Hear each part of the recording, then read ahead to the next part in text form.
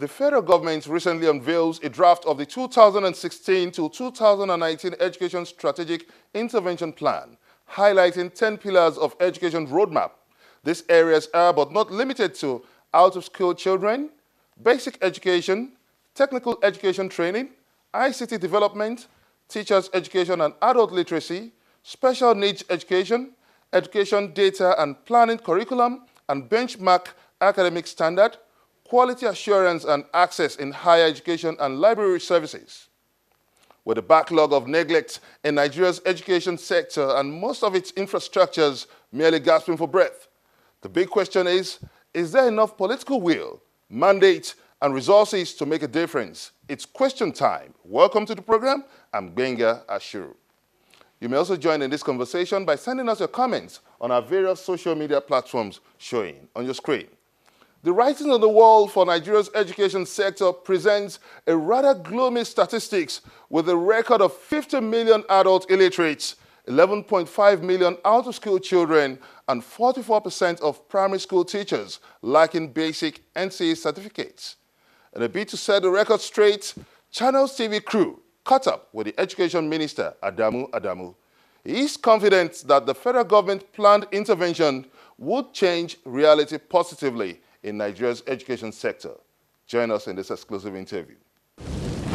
The highlights are the roadmap has 10 pillars on which we built it. And these are the areas in which we believe progress needs to be made. And these pillars are the most important areas. The first is out-of-school children. You know, Nigeria leads the whole world in having the highest number of children who are out of school, 11.5. And then after it, we look at basic education, which is an area that has fallen on very, very bad times and needs to be revamped. And then we have the area of technical and vocational education and training.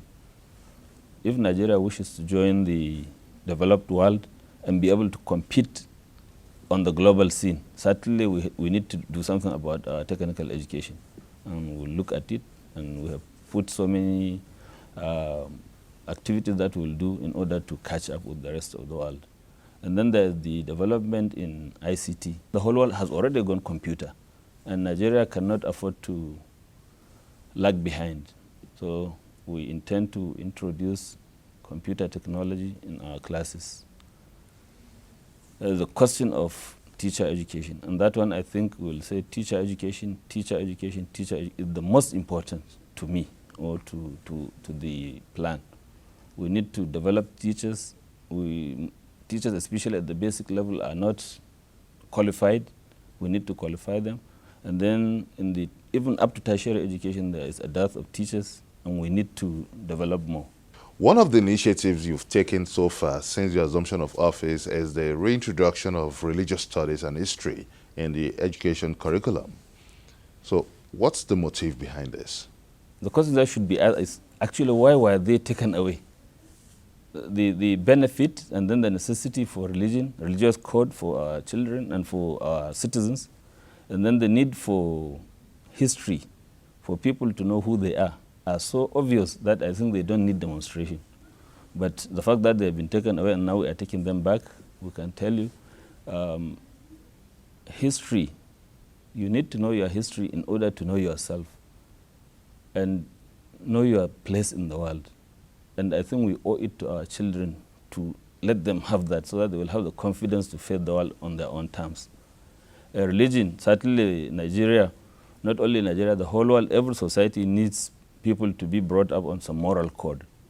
And we cannot allow our children just to pick it up by accident in the society. We have to teach them, and that is why we decided to bring it back. Now let's look at the issue of mass literacy now. There seems to be a scary statistics here with 50 million illiterates, adult illiterates, and also when we also look at the out-of-school children, 11.5 million, and that of the internally displaced, which is over 1 million people. What are you doing to change this depressing reality? My own stewardship of the Ministry of Education, actually, if we will be able to bring all those 11.5 million, with the 1 million internally displaced children back to school, and then give literacy and numeracy to the adults, about 50 million of them who are illiterate, we will have achieved our objective. These are the most important things to us. And you know, it is going to be very difficult, I know, even if it is 10 million people educating them.